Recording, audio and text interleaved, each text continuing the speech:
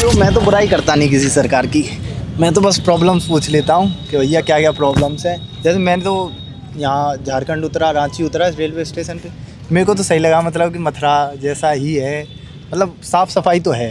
अब क्या क्या प्रॉब्लम्स है ये बताओ। हम लोग का झारखंड में तो देखबे करने से साफ सफाई काफ़ी ठीक है, लेकिन साला इनका एजुकेशन सिस्टम इतना गंदा हो गया है कि कुछ कहा ही नहीं जाए। जैसे कि 10th का भी एग्जाम होता है तो 200-300 रुपया में पेपर है बेचा जाता मतलब है। ये जो ले स्कूलों में? रहे स्कूलों वाला में हो जाता है। स्कूलों में बच्चों से पैसे लेकर के और पैसे बिल्कुल बिल्कुल। अरे लो, एजुकेशन सिस्टम को इतना ख़राब कर दिया है। एजुकेशन सिस्टम में तो सर्वप्रथम 18% GST लगा कर रखा है। तो ये नहीं होना चाहिए। बालक अपने अपने पैसे जमा कर करके पैसे पढ़ने की बजाय पेपर खरीद रहे हैं, लो बताओ। हाँ, इससे ज़्यादा बुरा और क्या हो सकता है एक स्टूडेंट के लिए। ओबियसली। और सरकार ने ये भी एक क्या कहें मैया समान योजना लाया, तो इसमें और बच्चा जितने भी था वो सब और क्या कहें मतलब इंटरनेट की दुनिया में आ गया, रू पढ़ाई लिखाई से दूर हो गया। मीडिया सोशल मीडिया चलाने ज़्यादा एडिक्ट हो गया है। हाँ, वो 2500 रुपया वो स्कॉलरशिप के रूप में देते हैं तो वो बेहतर रहता है। मतलब क्या किया उन्होंने मैया समान योजना 18 से शायद 50 साल तक के लड़कियों को देने लगा, वो चीज़ नहीं देना चाहिए, समझे।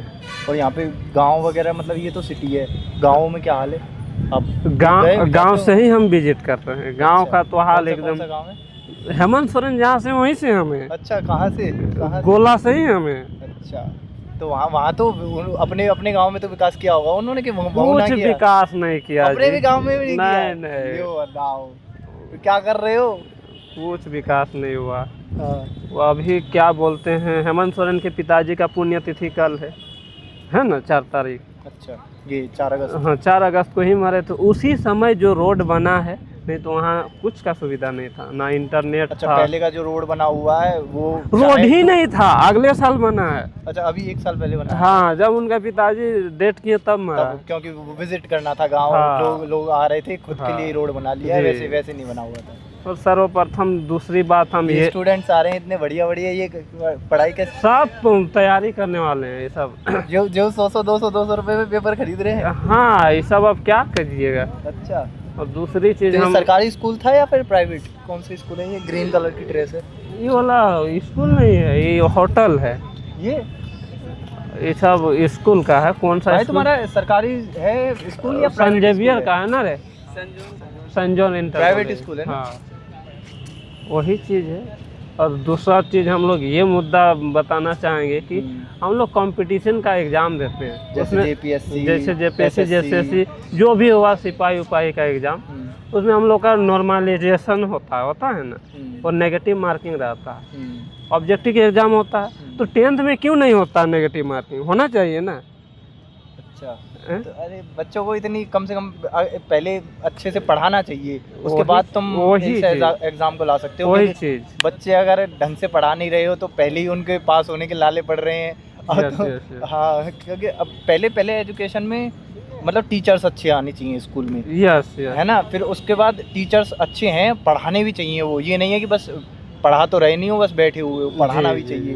फिर उसके बाद वहाँ पे कोई ना कोई ऐसी वो बननी चाहिए जो चेक करे कि स्टूडेंट्स पढ़ रहे हैं कि नहीं पढ़ रहे हैं, मतलब पढ़ाई हो रही है कि नहीं हो रही, बच्चे फेल तो नहीं हो रहे हैं। ये भी होना चाहिए, ये भी चेक होना चाहिए वहाँ पे। सर्वप्रथम तो हम ये मांग करेंगे सरकार से कि 10th और 12th और ग्रेजुएशन का कॉपी साला अच्छा से चेक करें। अच्छा, कॉपी चेक भी नहीं हो रही है सही? कॉपी अच्छा से चेक होगा तो एजुकेशन सिस्टम सुधरेगा। नहीं तो यहाँ जो नहीं पढ़ रहा 1 महीना, गलत तरीके से कैसे चेक हो रही है? पैसे देकर के कॉपी चेक हो जा रही है? कैसे हो रही है? गलत ही तरीका से कॉपी चेक हो रहा है। देखा जाए, कोई नहीं पढ़ता है, 8 दिन 15 दिन पढ़ेगा मैट्रिक में, उसका देखेगा 80%। जो साल भर मेहनत करेगा उसका आएगा 85%। आखिर ऐसा वो 15 दिन में कौन सा ज्ञान प्राप्त करता है कि उसको 80% आ जा रहा है स्कोर? ये बात है। अच्छा, ज़्यादा पढ़ने वाला भी उतनी % ला रहा है और कम पढ़ने वाला भी उतनी % ला रहा है। ये है जी। अभी मेरा एक्साइज का ही बात करते हैं। हाँ। एक्साइज में मेरा 508 नंबर ला के भी नहीं रिजल्ट बना। 536 कटअप चल गया, 97 से 98% कटअप चल गया। आखिर ये मैट्रिक का एग्ज़ाम नहीं है जो इतना। ये ब्लू शर्ट वाले भैया कौन है? ये आइए भैया, आ जाओ भैया, आ जाओ, आइए, थोड़ा सा इंटरव्यू हम लोग दे रहे हैं। सर है, आइए भैया, आइए। अच्छा और भैया नाम क्या है भैया आपका? मैं मथुरा से आया हूँ भैया। राधे श्याम। राधे श्याम, राधे श्याम। राधे श्याम। और भैया कैसे चल रही है यार? यहाँ हवा तो बढ़िया चल रही है, हमारी मथुरा जैसा ही है माहौल तो यहाँ का। वो इंटरव्यू चल रहा है क्या? हाँ। हम तो ऐसे इंटरव्यू लेते हैं, न्यूज़ वाले नहीं है हम तो, नॉर्मल लोगों को दिखाते हैं कि क्या क्या बढ़िया हो रहा है। जी जी, मेरा नाम ज्ञानव्रत शास्त्री है। अच्छा भैया, और यहाँ का मतलब माहौल कैसा है ये बताइए थोड़ा। माहौल किस रिगार्डिंग? हमारे मथुरा में तो सही है, जैसे लोगों की जो माइंडसेट है ना वो थोड़ा सही है। यहाँ के लोगों का माइंडसेट कैसा है? माइंडसेट बहुत बढ़िया है यहाँ का, जैसे- बहुत बढ़िया। जैसे एजुकेशन, मतलब एजुकेशन में क्या माइंडसेट है? लोग बाग चीटिंग से पास हो रहे हैं या फिर? हाँ नहीं, देखिए तो इसको इस प्रकार पूछ सकते हैं, यहाँ के राज्य सरकार की क्या मंशा है। यहाँ के लोगों में कोई डिमेरिट नहीं, राज्य सरकार की मंशा यहाँ थोड़ी सी गलत है। नहीं, पहले स्टूडेंट्स की समझ में आए कि स्टूडेंट्स कैसे हैं, फिर उसके बाद सरकार पे आएंगे। हाँ, स्टूडेंट तो यहाँ पढ़ने वाले सब स्टूडेंट हैं, अच्छा। पढ़ते हैं, लेकिन सरकारी स्कूल चल रहे हैं बढ़िया? हाँ, सरकारी स्कूल बढ़िया, सरकारी स्कूल ठीक है, लेकिन आज तो जानते हैं शिक्षा का जो निजीकरण और प्राइवेटाइजेशन हुआ है। भैया बता रहे कि 300 रुपए में 10वीं और 12वीं के बच्चे पेपर खरीद के पास हो जा रहे हैं, ऐसा? हाँ नहीं, जी जी, बिल्कुल बिल्कुल, हम उस बात पे ये आएंगे। तो बहुत गलत बात हो गई कि भाई अगर तुम 10वीं 12वीं क्लास में भी इस तरीके से पास हो रहे हो, फिर तो तुम क्या? हाँ, अरे यहाँ ANI वाला आया हुआ है, बाइट आपका लेना चाहता है, आइए ना महाराज, उसको रोक के रखिए आधा घंटा। आइए आइए आइए, ठीक है, आइए जल्दी, ठीक है, ठीक।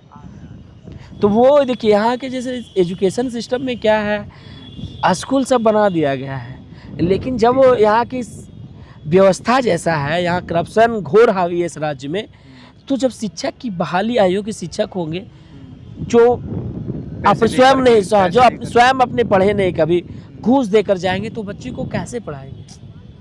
उनकी उतनी एजुकेशन ही नहीं है, बिल्कुल। उनको पढ़ाना आता ही नहीं है। बिल्कुल कुछ नहीं, पढ़ाना नहीं आता है, मतलब आप समाज शास्त्र के विषय के शिक्षक हैं, और यहाँ झारखंड में डिग्री खरीद बिक्री का प्रतियोगिता होता है। जैसे आप मैट्रिक पास है, इंटर पास है, तो आपको ग्रेजुएशन का डिग्री 30,000 में मिल जाएगा, मास्टर का डिग्री 30। हाँ, एडमिशन लेने की भी नहीं, कोई जरूरत नहीं, आप पैसा दीजिए, डिग्री खरीदिए।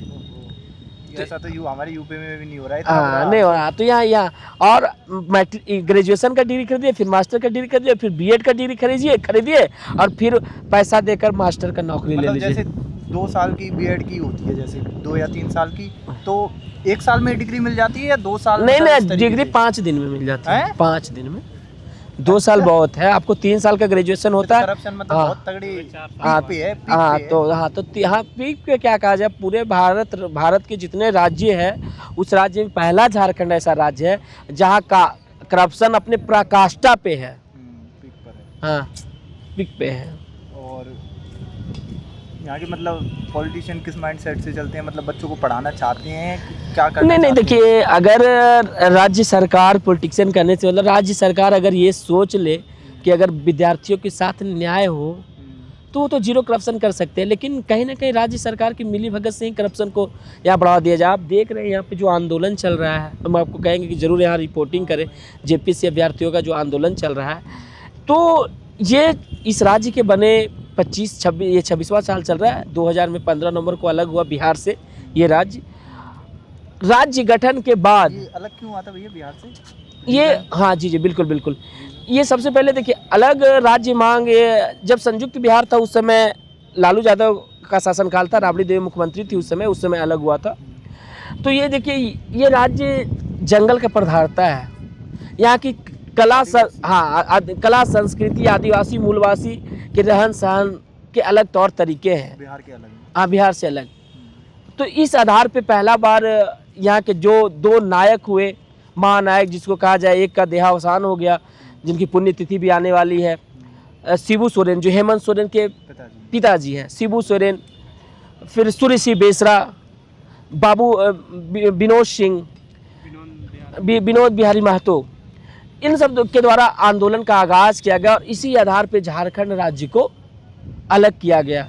अलग करने का उद्देश्य, पॉलिटिक्स में तभी आए थे जब झारखंड से, जी जी जी, बिहार से हाँ ये झारखंड अलग हुआ था। झारखंड नहीं, और बिहार से झारखंड अलग हुआ। शिबू सोरेन या सुरीसी बेसरा या विनोद बिहारी महतो, ये जेपी आंदोलन से इनका संबंध था, लेकिन जेपी आंदोलन के समानांतर ही उसके कुछ समय के बाद ही ये झारखंड आंदोलन अचीव नहीं किया है, सिर्फ आंदोलन से जुड़ नहीं करके और फिर नहीं नहीं, politics बिल्कुल में आ गए। बिल्कुल, हाँ अचीव नहीं, हाँ बिल्कुल, शिबू सोरेन का जितना त्याग था गुरु जी का इस राज्य के लिए, उस मुकाम को तो शायद वो नहीं प्राप्त कर सके। मुख्यमंत्री के रूप में बहुत छोटा कार्यकाल रहा, लेकिन उसी का सुख भोग रहे हैं उनका पुत्र, क्योंकि पेड़ लगाता है वो शायद पेड़ का फल नहीं खा पाता है, तो उसके पुत्र अभी मुख्यमंत्री के पद पे हासिल सही तरीके से खा रहे हैं कि नहीं खा रहे हैं? अपने हिसाब से तो वो सही तरीके से खा रहे हैं, क्योंकि मुख्यमंत्री बनने का उद्देश्य होता है कि अपने ऐशो आराम सुख सुविधा का प्रयोग कर रहे हैं, लेकिन विद्यार्थी अगर सड़क पे उस राज्य का, तो ये उस राज्य के लिए दुर्भाग्य है। जैसे हमारे अटल बिहारी वाजपेयी जी हुए, एपीजे अब्दुल कलाम हुए, तो उनकी स्पीचेस देख के एक मोटिवेशन नहीं, मिलता है। देखिए अटल बिहारी वाजपेयी उतना, वो तो त्याग के आईना है। अगर किसी को त्याग सीखना है तो अटल बिहारी वाजपेयी, एपीजे अब्दुल कलाम से सीखे, जॉर्ज फर्नांडिस से सीखे, लोहिया साहब से इनमें सीखे, खुद के लिए तो कुछ था ही नहीं। जयप्रकाश नारायण से सीखे। ये तो बस देश के ये लिए तो कुछ करना चाहते थे।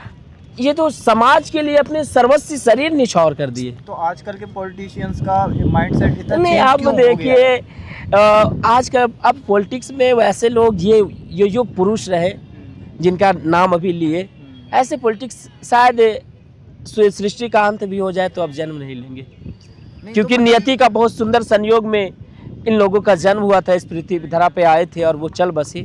अब तो मंत्री बनने का उद्देश्य होता है कि हम करप्शन जितना अधिक से अधिक कर सकें। आपको मतलब क्या रीज़न लगता है कि आजकल के लोगों का माइंडसेट क्यों इतना, मतलब आजकल के पॉलिटिशियन का माइंडसेट इतना क्यों चेंज हो गया है?